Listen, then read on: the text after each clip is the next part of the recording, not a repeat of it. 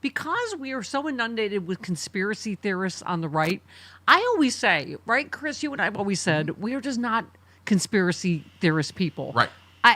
I'm just telling you, you're not the only person that said these quote-unquote assassination attempts are sketchy AF, right? And this weekend, the guy arrested for having 2 unregistered loaded guns near a Trump event says, A, he's a Trump supporter, 2, he's been helping with the re-elect, 3, he was invited to the rally. This whole latest story is sketchy AF, isn't it? Yeah, it just doesn't add up, and I'm with you. I'm not a conspiracy theorist. They offend me, you know what I mean? I'm a New Yorker who lived through 9/11. But Trump is not somebody you should give the benefit of the doubt.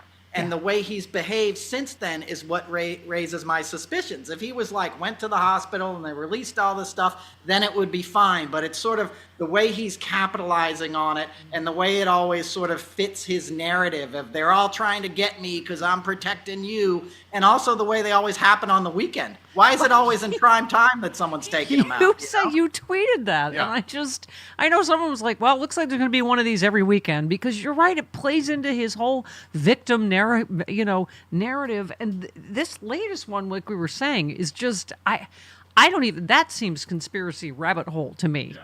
That these are the Alex Jones right-wing lunatics that actually have said out loud it would be a good thing if Trump were assassinated, because then cleansing and something and whatever comes next is better. And they're so crazy, I don't even know how to get back out of that rabbit hole. Exactly, and that's why I say this stuff, because he's still in business with Mike Flynn, and Mike Flynn is capable of any of this kind of crazy stuff. It's not so much Trump and the campaign proper, it's these guys behind the scenes that I'm concerned with, because they'll do anything to manipulate the optics. And we all know Trump attracts sort of these loose cannon type guys that are sitting around with tons of guns. So to somehow motivate them to show up to protect Trump, and then they get arrested as somebody who's going to assassinate him. It just, none of it adds up, and I don't trust the guy. And they're blaming the deep state for yet another Republican. Right? I mean, the first guy, registered Republican. Second guy voted for Trump, and then, Ramaswamy. Again, not a liberal. No. I mean, you've got, armed militias hunting FEMA, so they have to evacuate in places where they should be helping people after the hurricane. I mean, this is the kind of crazy we're into already, isn't it? 3 weeks before the election. It absolutely is, and we have to pay attention to everything, because Trump's MO is always throwing a bunch of stuff into the news cycle and getting everybody off balance and weirded out. And he prospers in that kind of environment. It's why I say don't trust anything. He hasn't earned the benefit of the doubt in anything. I mean, no, I've said that I would not put anything past him. He is desperate to stay out of prison. I mean, you wrote your Substack. Someone alerted me to this about this first one. You said, if what you've seen over the past several months, especially concerning Trump's quote-unquote assassination attempt, doesn't seem to add up in your mind, trust that feeling. No, I can tell you how many people I've run into in person, just randomly, that have said, it's BS.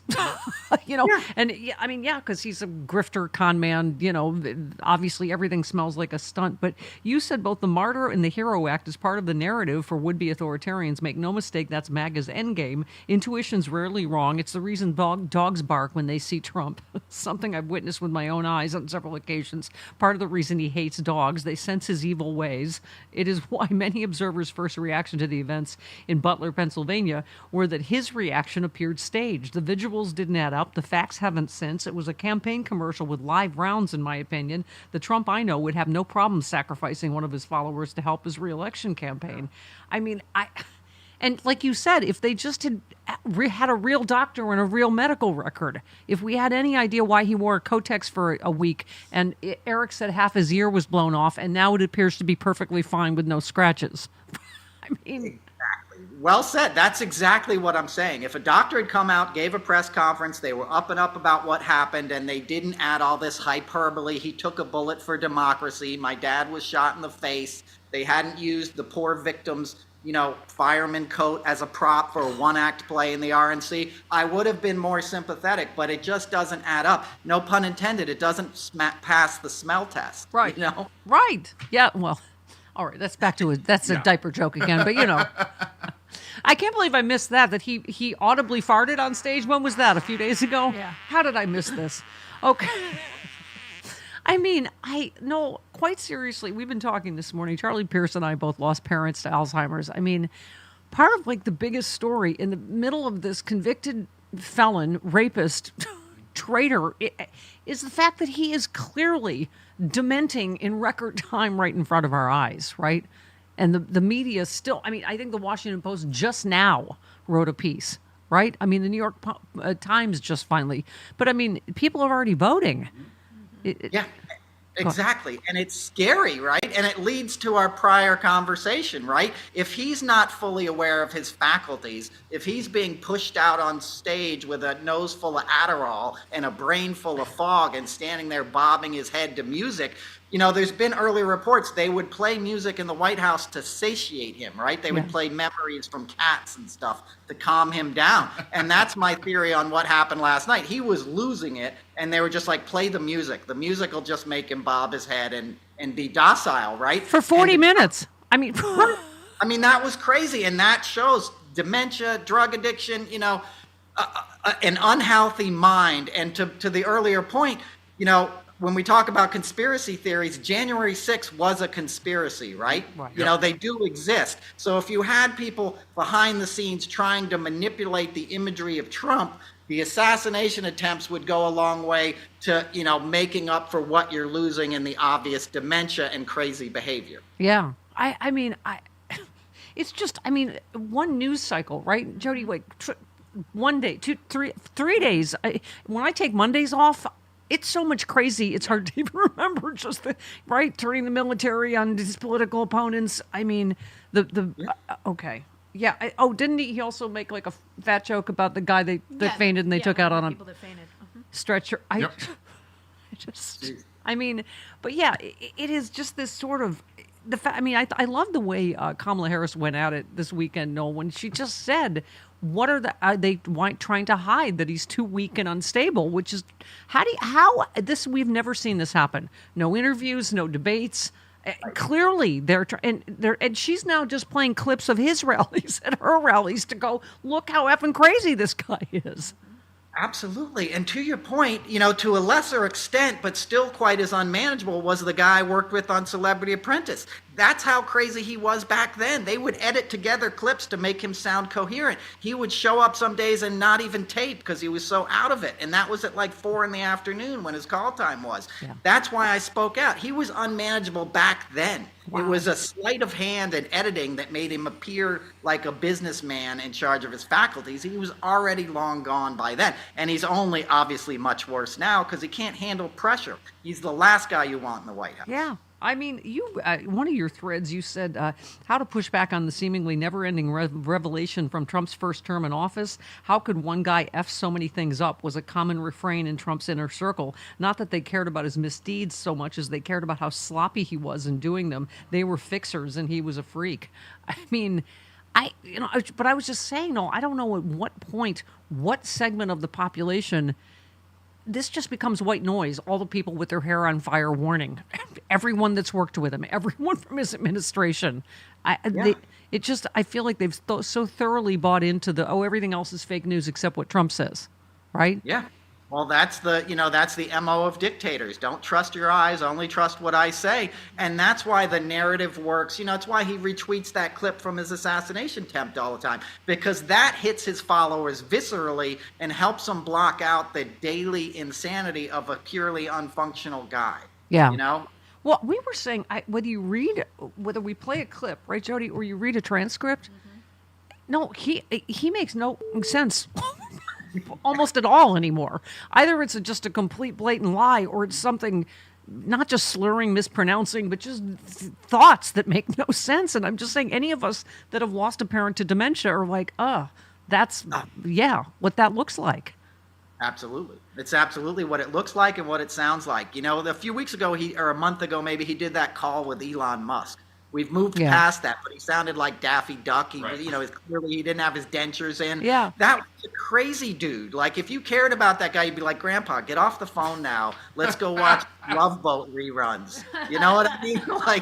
But they don't care. That's the other thing. Think of how power hungry that family is. Yeah. That Ivanka or somebody doesn't say, Dad, it's time to step aside. Yeah. You don't even want a job. You Yeah. want to play golf. We'll take you to Hooters for lunch, and you can go to the golf course, and you can enjoy life in Palm Beach. You can't read. You don't need to be president. God, that seems like 100 years ago, the Elon Musk. Remember, he sounded like Dear Abby. He was yes. Yeah. Hey, did you see the Rasmussen poll? Or Ann Landers. Take your pick. Whichever. Is either of them alive? No. No, neither one of them are. No. But, quite seriously, Noel, we talk a lot about the threat Trump is to our democracy, but we don't talk enough about the threat the USA becomes to the world at large if he returns to office. Kash Patel, as CIA head, would make the bloodthirsty cocaine cowboys of the 70s and 80s CIA look like effing Boy Scouts. Vote blue. I mean, I feel like the entire world, all our sphincters are like just snapped shut just for 3 more weeks, just waiting, right? Because it is terrifying. It's terrifying because it's dangerous, because it's the people behind him. It's not only his instability and craziness, which is enough of a threat. It's these other guys who have designs on power and want to utilize the infrastructure of the United States for their own gain. Yeah, a guy like Kash Patel at CIA is your worst nightmare. Yeah. Steve Bannon recently said, I believe that, what did he say? That they want to imprison Bill Barr or Bill Barr should be, prosecuted and executed. Something. Yep. 16 tons of crazy. How many illegal things did Bill Barr do for Trump? Right. How many enemies did he prosecute? How many? Right. First of all, he let Trump get away with, obviously he stopped the Mueller investigation. He helped Trump. Yeah. And Epstein. Yes, yes. Oh, right. Yes.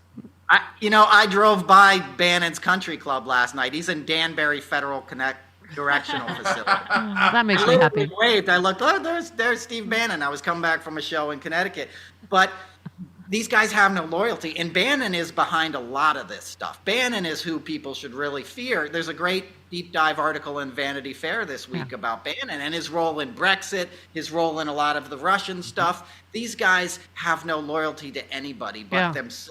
Yeah. They'll take Trump out and put Vance in within 6 months of Trump getting reelected. God. See, this is why you're so magic, because you just meant, right? Just in all my stress. Yeah. That's like you have to pee really bad and you get to go. That was, what? Steve Bannon's in prison. I forgot about that. Okay. That felt good. Thanks, Noel. Okay.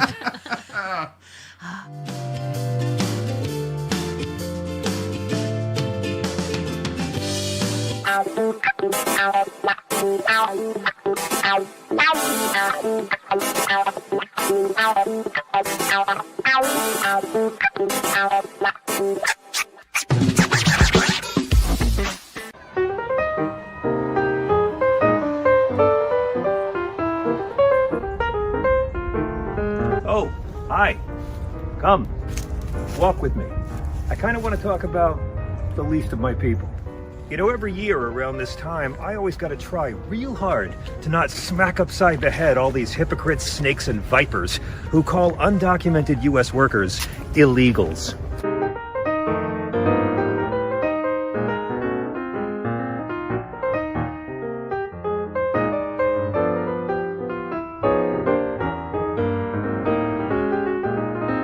I don't like getting angry, but this shit makes me want to flip a table. Illegals is a racist, dehumanizing, otherizing term. It's designed to make other people appear less than human, so you won't feel bad when you treat them inhumanely.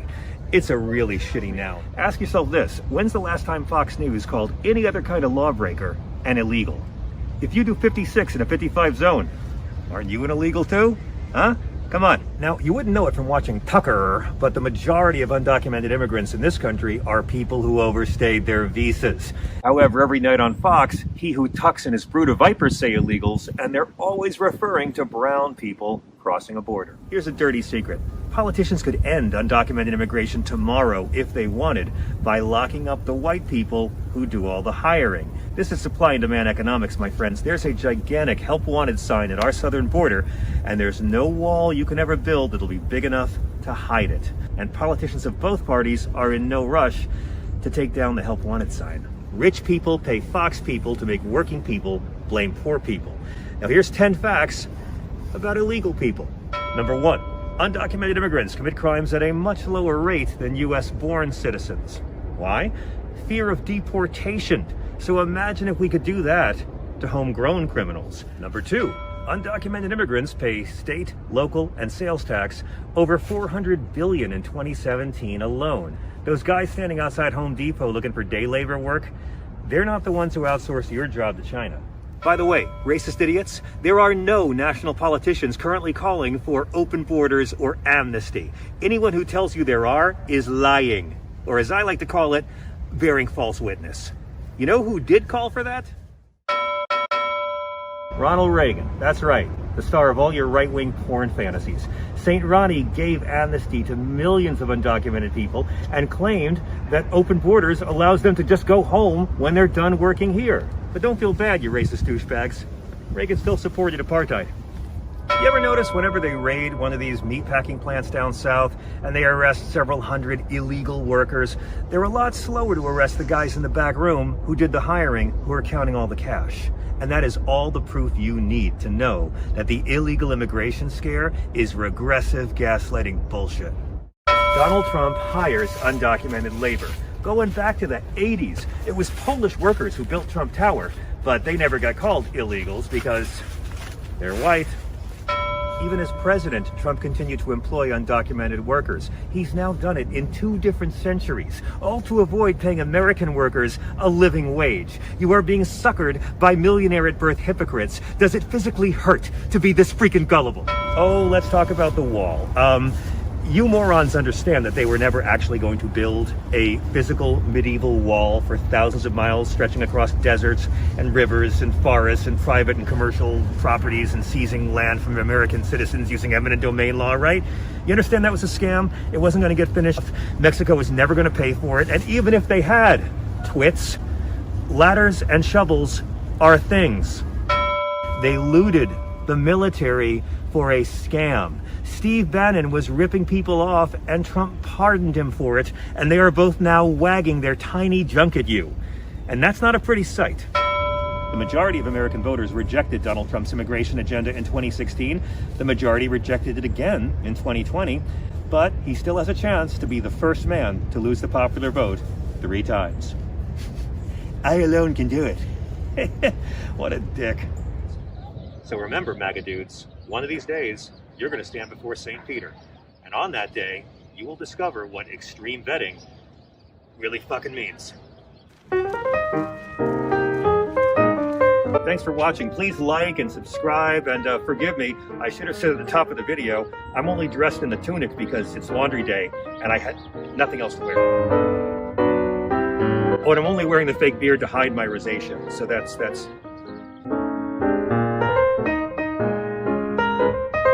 Oh, you thought I was trying to look like him? Dude, I look nothing like him. I'm white.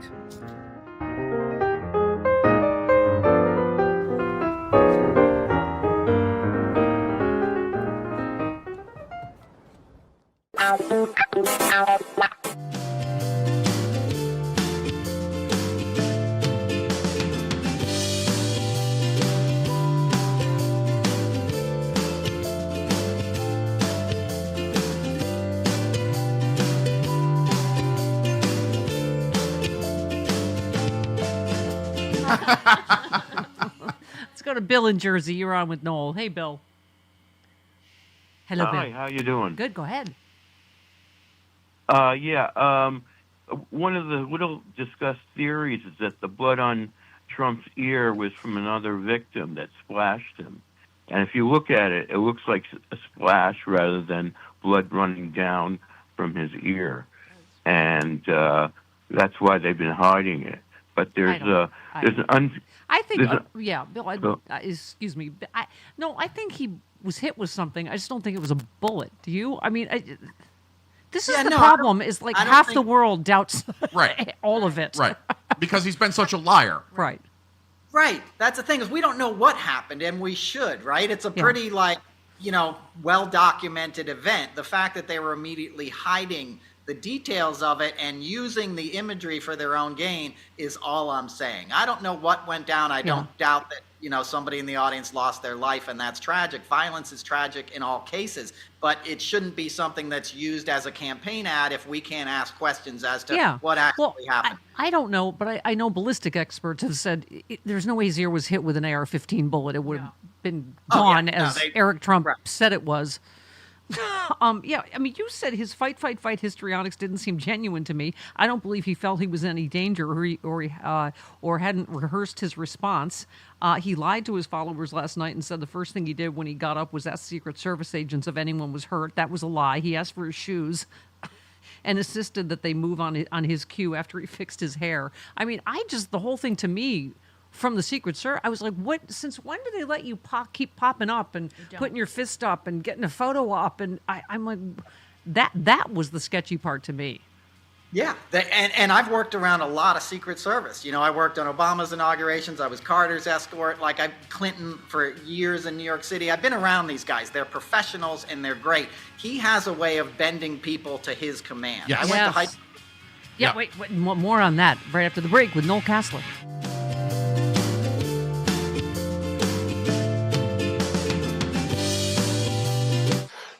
Trump has gotten by, which is why I labeled him many years ago as the P.T. Barnum of our age. Mm-hmm. He is someone who's figured out how to exploit the sensibilities and weaknesses and the cultural attitudes of American life.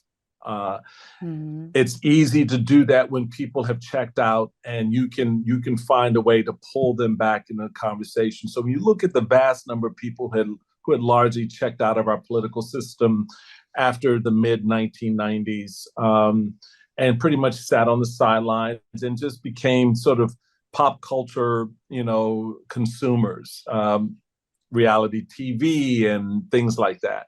He figured that out. And so today, to your very point, why he's able to convince people that he knows more than the federal government. Mm-hmm. He knows more than the generals who run our military. He knows more than the scientists at NASA or MIT or NIH, right? Mm-hmm. He knows more. This man doesn't know how to tie his damn shoes.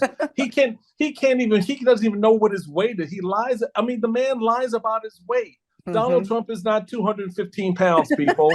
No.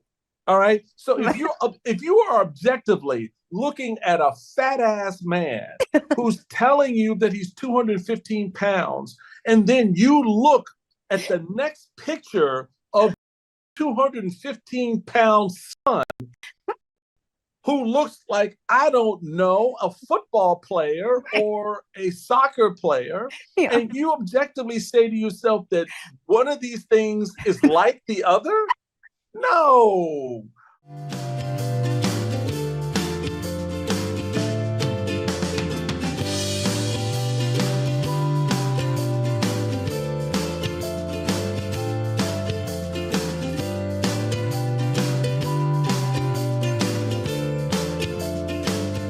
We can't do 4 more years of this.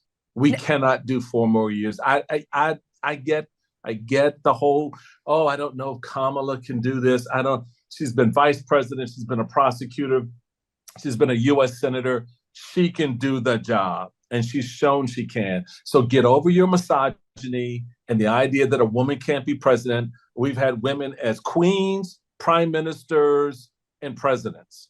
So the U.S. can catch up with the rest of the globe and put a woman in charge of the country. And maybe, just maybe, for the first time in 40 years, we'll get our shit together and start fixing the damn problems. Because and I know that in any household in America, when there's shit in the corner, who cleans it up? Mom. Your mama, your grandmama, your sister, your aunt. Yeah. All right? Yeah.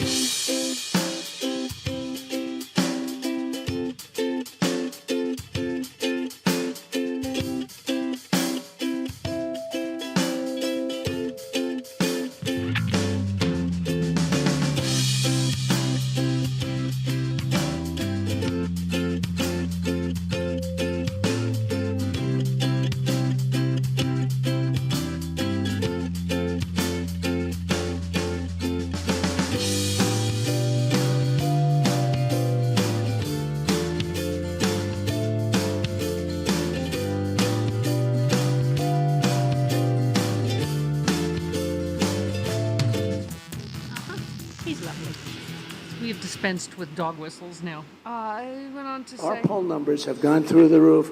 No. Black and Hispanic have gone through the roof. And I like that. I like that. No. I like that. So we're going to take care of it. You will be, I'll tell you, if everything works out, if everybody gets out and votes on January 5th, or January before, 5th. You know, it used to be, You said January you'd have 5th. a date. Today you can vote 2 months before, probably 3 months after. They don't know what the hell they're doing. Sure. Yes. But we're going to straighten it all out. We're going to straighten that out, too. We're going to straighten our election process out, too. That's going to be important to us. Yeah, he said you can vote on January 5th. Go ahead, What am I MAGA. doing? Just Oh, vote on sorry. January 5th. That was not wrong music. I was trying to say, Trump voters, he is correct. Your date to vote, your very special day is January 5th. Mark that down. January 5th. Anytime after November 6th and before January Right. 5th. That's your special time period to vote. No. Oh, my God. So where do we start? Yeah, Trump says he's not going to let Americans vote against him again like they did in 2020. We're not going to let that happen again. This is what I was saying, why they hate vote by mail, because they cannot suppress the parts of the vote they want to suppress, right? They can't take all the voting machines out of black districts so it's, 10-hour lines, yada, yada, yada, right? I mean, the way they surgically target people that are bound to vote Democratic, that's their whole game plan. I keep saying it over and over. They're not preparing to win. They're preparing how to cheat. Right. Yeah, exactly. They're preparing to seize power. They're preparing for Trump to come out at 8 o'clock on Tuesday, November 5th and say, I won. Stop counting the ballots. I won in Pennsylvania, right? Where they don't even begin to start counting mail-in ballots until Election Day, and it takes 4 days to count all those ballots, right? And the early vote, in person could favor Trump, right? Right. Geographically. And he could say, I won. Anything else is fake news, They do it on purpose. It's only in Republican states, where they don't let them count. I've said this over and over for all of our sakes. They should count the votes as soon as they come in, everywhere. I agree. Just everywhere. So by election night, we do know. But you're absolutely right. That is by design that they don't even let them start counting the early votes. Right. And yeah. And that's what this election is going to be. He's going to try to seize power. He's not going to win. Kamala is going to win the popular vote. She's going to win the electoral college. It's going to be close, but she's going to win it. And he knows that. And he's going to try to pretend like he won it and see how much, sort of will we have to stand up to that and how much institutional support he has. If he can eke out, it going to the House or the Supreme Court, he's going to try every way to Sunday to do that. Yeah. Oh, God. We've got to keep Mike Johnson's grubby little hands off this. Well, yeah, if the Democrats take over the House, then Mike Johnson will not be Speaker anymore. Yeah. You wrote, that's how you finished your Substack, Noel. You said, all of this is to say we are facing a challenge unlike any other we have faced in the final month of this election. Trump's campaign is already lining up lawyers to challenge the results of on election night. I'm sure there are plans in place to foment chaos, intimidate poll workers and electors in the weeks and months leading up to certifying the election, unless they, God forbid, win outright or by fraud on election night and a stunned nation does not know how to react in a timely fashion. We're back to where we were 9 years ago at the beginning of a national nightmare. We cannot go back or allow that to happen. We must turn out to vote in numbers so large a Harris-Walsh victory is not only obvious to the American people, but to the free world beyond. Every day between now and then counts. Vote blue. Yeah, I mean, that's all we can control. That's all we can do. But you're absolutely right. This is going to be a white-knuckle 3 weeks, isn't it? It absolutely is. And people are, they're nervous, and I get it. We should be. There's a lot at stake. The future of the free world is at stake. That's not hyperbole, right? Climate change and doing anything about it is at stake. Healthcare, women's rights, LGBTQ rights, minority rights. There's everything we care about, we can ensure continues on. All we got to do is show up and vote. But we got to take it seriously. It's your job as a citizen to show up and vote on Tuesday, November 5th. That's it. It's not, let me just see what happened and watch it on TV later. Participate. Yeah. Yeah. I was going to say, it's so hard to cover in even a 3-hour show all of the awful, either violent, racist, whatever, undemocratic things he said in any, not even like a just few hour cycle. Right. But the woman that was escorted out of behind him in the rally in California on Saturday, Trump mocked her and suggested she was going to run home to mommy and get the hell knocked out of her by Trump supporting parents. So, child beating. Right. Is, fine. I love this. Somebody on Twitter said some characterized the commentary as an endorsement of violence against women. Do you think? Because it was a direct. Right. It's like some have characterized it. I mean, he says something sociopathic. It seems like every 10, 15 minutes. Yeah, and that's who he is. He's a guy who has committed violence against women, the mother of his children, and girls. You know, we don't have to get into that now, but he is a sick dude behind the scenes. Right. That was no secret, even though it was hidden in New York City. You know, he's convicted of sexual assault. There's nothing more violent than that. That's an act of violence. It has nothing to do with sex. It's violence. It's domination. And that's the fantasy he has. And that's part of what his audience is responding to, sadly, is that misogyny and that patriarchal kind of, slap her around if she doesn't get in line kind of stuff, you know? Yeah. It should disgust anybody with a pure heart. Plus, like, just, I know, it's the latest clickbait stories about young men are, interested or whatever, or leaning toward Trump. It's just the whole, like, brodom. I mean, because he is honestly the biggest, in the world. We just talked about this off air. The biggest physical coward ever. The biggest, like, seriously, the guy with the makeup and the lifts and the 100%. Really is your macho. It's insane.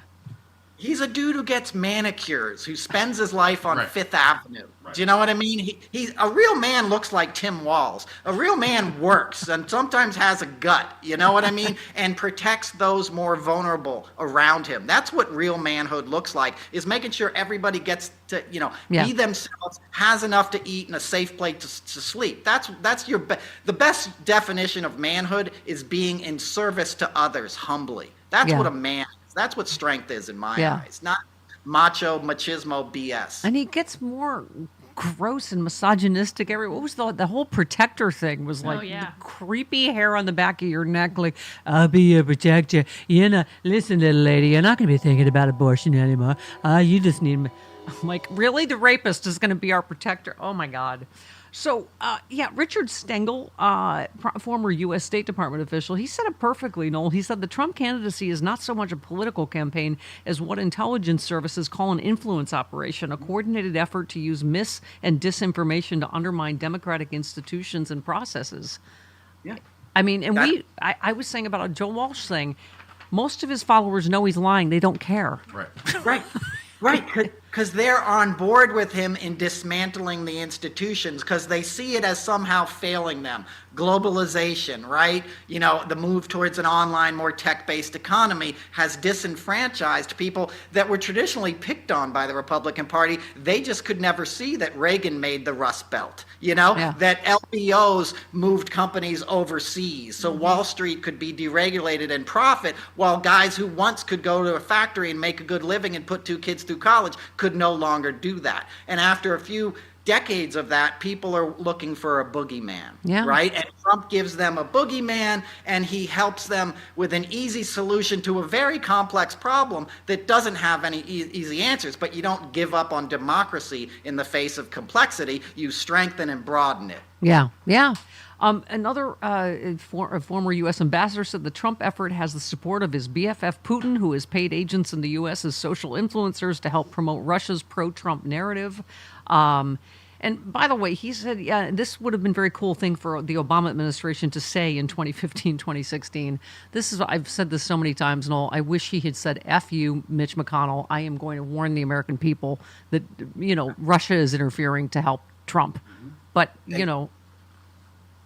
I spoke to Hillary's campaign in 2016. That was the main impetus for me speaking out. I broke the NDA to talk about what he did behind the scenes and the Adderall, but it was because he was in active addiction. But what I told people, what I saw was Jared and Vanke were running the show, right? Trump was like he is now. He just wants to walk in the room. He wants music to play. He wants to get high and hit on women. Like, he's very simple in his desires. Those two had the long game. And the after parties were like Russian mobsters, with their 23-year-old girlfriends wearing fur coats in May, in New York City, showing up, and Felix Sater, who had a Trump Organization business card, making the rounds and introducing them to Jared and Vanke. And I'm like, it was long before he ran for president, but I was like, what is going on here? So then when he ran, and we began to see the influence of Russians, I'm like, this makes sense. This is they've they have their talons in him in that organization for a long time. And this is much more dangerous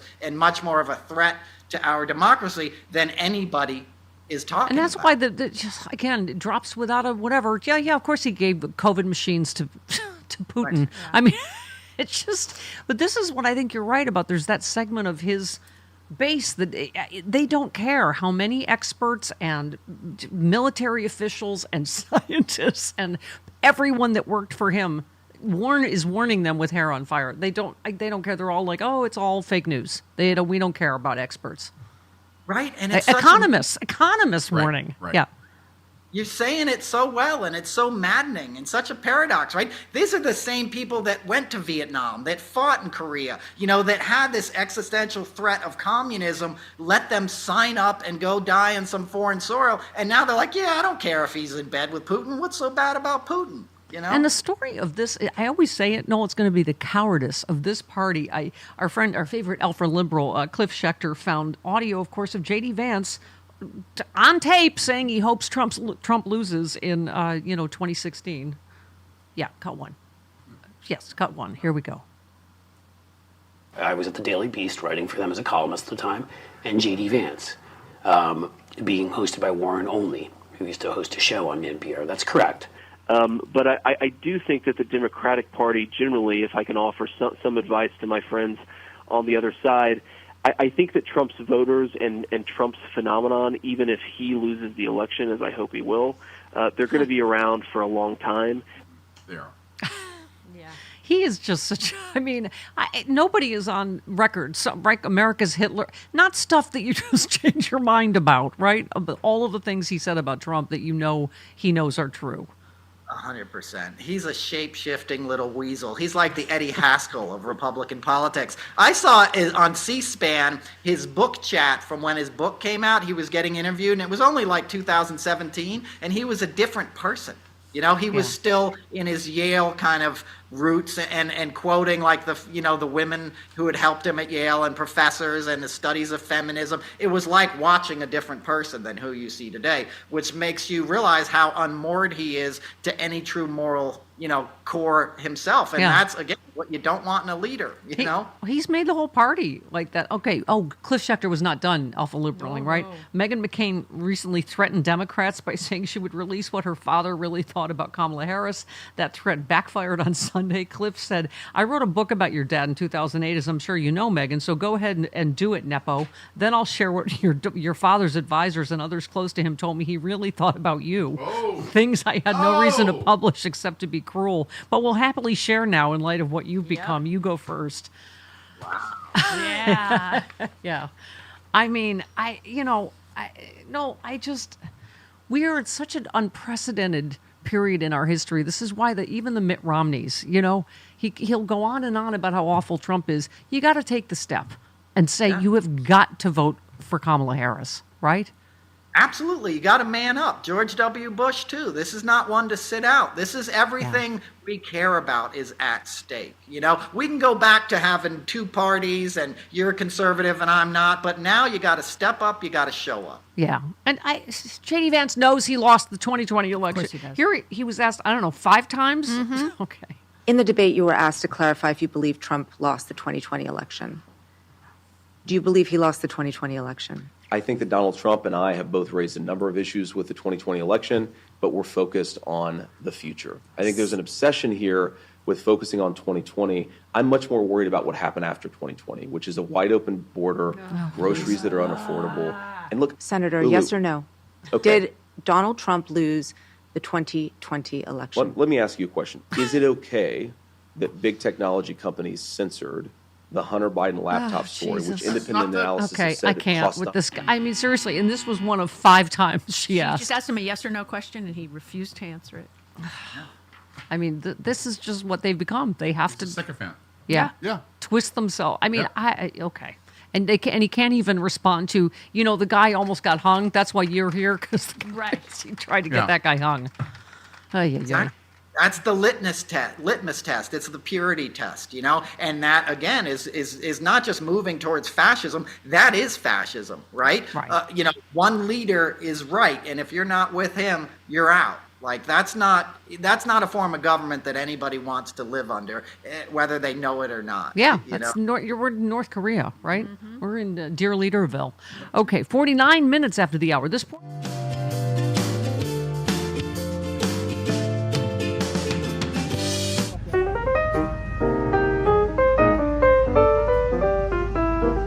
Welcome to Caffeinated, where we focus on the parts of a story that really matter by showing compassion to the opposing side. Take, if you will, Steve Bannon, the man who said, "Darkness is good. Darth Vader, Dick Cheney, Satan, that's power." Who published the op-ed, "Birth Control Makes Women Unattractive and Crazy," and many other op-eds for Breitbart, most of which read better in the original German. Who warned the media should keep their mouths shut, and that same media can't stop desperately trying to book him on all their shows. You guys, seriously, I'm a little worried about Steve Bannon. Not because he brazenly defied a congressional subpoena about his role in the terrorist attacks on our nation's capital of January 6, 2021, wagging his junk at it, citing executive privilege, even though he'd been fired by the White House back in January 2017 and was working at the time of said attack as a podcaster, and not because he's a white supremacist who published a lot of white supremacist articles and supported the border wall and the Muslim ban and lots of authoritarian dictators, and who actually did say that cities could be washed away in an orgy of de-gentrification. No, I'm worried about Steve Bannon because the man looks like an alcoholic Thom. Have you seen this guy? He looks like a sack of pus that developed rickets. He looks like gout that caught gout. The man does not look well. Yeah, that's Steve Bannon, the one who was arrested on a Chinese billionaire's yacht and indicted by a federal grand jury for wire fraud and money laundering because he was ripping off Trump supporters donating to his Build the Wall campaign, and then Trump pardoned him for ripping off his own MAGA faithful. That guy. Is he okay? I'm just worried because Steve Bannon looks like a guy who was up watching porn till 6:45 a.m. and his alarm was set for 7. He looks like the guy in the office that HR has to physically give a deodorant stick to after one too many coworker complaints. He looks like a diseased leprechaun freebasing in the Port Authority bus terminal men's room. But we need to put aside our petty differences and recognize that this is clearly a fellow human being who is in pain. Can we do that? Do we have the humanity to reach out with love to Steve Bannon? Because he looks like the guy in the zombie movie who doesn't want the other survivors to know he got bit in the last scene. He looks like an infected toe. He looks like that uncle who comes over and smells of cigarettes and cat piss and always wants you to sit on his lap, but you're 15. I'm just worried about the guy is all I'm saying. And yes, I know his wife alleges he physically abused her and wouldn't let their kids go to school with Jewish children. I know YouTube has taken down his videos because they glorify violence, and Facebook took down his videos for glorifying violence, and Twitter has banned him for glorifying violence. And I know he said that Mussolini was a guy's guy who had amazing fashion sense. He said that. But in fairness, lots of people who aren't fascists praise Mussolini's style. But I am asking you to look into your hearts and find some compassion. Because Steve Bannon looks like a guy whose parole officer makes him knock on every door and introduce himself whenever he moves to a new neighborhood. He looks like Pigpen the Hutt. Steve Bannon looks like a guy who was just forced to drive cross-country in a small car with no ventilation and the windows rolled up while sitting next to Steve Bannon. He's not a healthy man. We are just concerned because he looks like he just ate 20 pounds of cheese and it's coming out of his facial pores. And by the way, I know what you're thinking. What right do I have to make fun of Steve Bannon's appearance when I look like Joe Exotic's mullet donor? It's true, I still have my pandemic hair, but I know it. See, number one, I accept that I look like the love child of Beethoven and Loki. I look like John Wick during a nationwide Moroccan oil shortage. But number two, I'm just concerned about him. So while you cynically fixate on the fact that he called the Civil War the War of Southern Independence, or that he looks like physical proof that white supremacists are the greatest argument against the concept of white supremacy. And he said that conservative women are better than progressive women because, and I quote, they're not a bunch of dykes that came from the Seven Sisters School up in New England. You ask, how can Steve Bannon sleep at night? I say, in a puddle of his own sick. But that's mean. We gotta be the good guys and look after him and make sure he's okay. Because he looks like a police sketch artist rendition of mutated gonorrhea. And that's why we're starting Steve Pack. Your selfless donation, MAGA fans, of $100 or more will allow us to buy multiple shirts for Steve Bannon, all of which he can wear at the same time. Then, when he vomits Jägermeister up on the top shirt, he can simply remove it and continue his broadcast. So if you see Steve Bannon, put aside your differences and offer him your hand. But you know to wash it, like right away. Like wash that shit. And don't touch your face either, okay? Just offer your hand, but then soak the entire hand in bleach for half a day. Soak the whole arm in bleach for half a day. Thank you.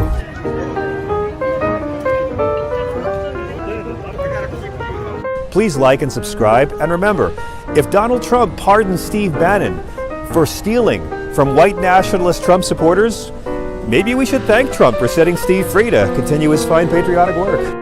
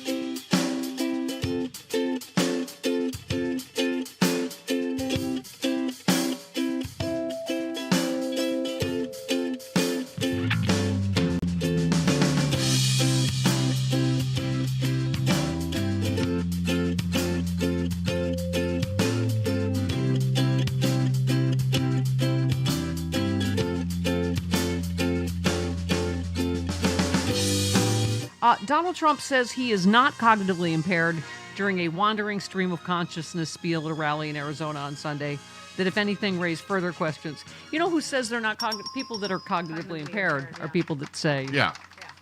He said, I'm up here ranting and raving. I don't know if he thinks that's a good thing. He thinks that's good. Yeah. Last night, 100,000 people, flawless. No. No, he just pulls numbers directly from his ass on everything now, right? 10 million people a day coming across the border. No. This is, okay. This is like a lifelong liar that knows how to make up things that sound specific, right? People used to say of Donald Trump, if you ask him what time it is, he'll lie to you just for the practice, you know? Yes. He'll lie about things he doesn't even need to lie about just because he's wired that way. He sees duplicitousness as a form of power. It's like not paying your bills. He sees it as manhood. And he's so far gone at this point, he doesn't know what end is up. He's just out there babbling and rambling and hoping his people can deliver him back to the White House so he can stay out of jail and get back on the golf course, because that's all he did in his first term. I know. And by the way, I had forgotten, so him leaving all those people stranded in the desert, that's not the first time he did that. Remember the headline? Hundreds of Trump supporters stuck on a freezing cold Omaha airfield after a rally, 7 taken to hospitals. This was back in 2020. People ended up in the hospital. Joe Biden at the time said, look what happened last night in Omaha after the Trump rally ended. Hundreds of people, including older Americans and children, were stranded in sub-zero freezing temperatures for hours. Several folks ended up in the hospital. It's an image that captured Trump's whole approach in this crisis. He makes a lot of big pronouncements, but they don't hold up. I mean, I just... That's it right there. He doesn't know about logistics, and he doesn't care about the people involved. He uses them for a photo op and leaves them in the middle of the desert, you know, in Coachella Valley, in the desert with like coyotes and, you know, like snakes. It's Noel's Notes is the Substack. Car Rants is his podcast. Noel Casler is the comedian. We love you. Thanks, Noel. Thank you. See you tomorrow. Guys.